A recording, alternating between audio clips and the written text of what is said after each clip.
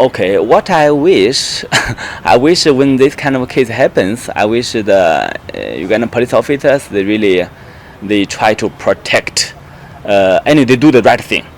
Yeah, if anyone who do something wrong, they should be responsible for the wrong deeds what they did. So they should take the consequence, but not some people because of they have some relation with the officers and then they are running away. I think that injustice, which is not right and it should not happening in our country. Because we feel we are not protected and we are being treated unfairly.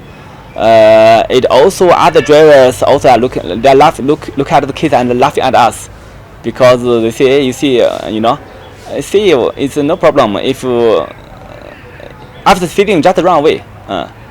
So it shows some very bad image and picture even to the factory, also to the country, I think.